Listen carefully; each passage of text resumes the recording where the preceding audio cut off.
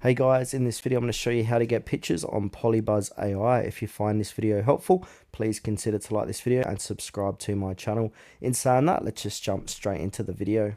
Okay, so what we need to do is head on over to PolyBuzz AI and sign into your account. Once you've signed into your account, on the left hand side we've got different prompts or different tabs we can choose from. So the tab that says generate image, click onto that. Now inside the image generator, so we can go ahead and click on generate image where it says unleash your creativity or ship them create dynamic duos. So I want to go ahead and click on generate image. Then from here we want to give it a prompt, so type or modify the prompt in this field. So I've just said sweet, playful, flirty, empathetic, emotionally supportive. And now from here in setting we can do portrait, avatar or profile.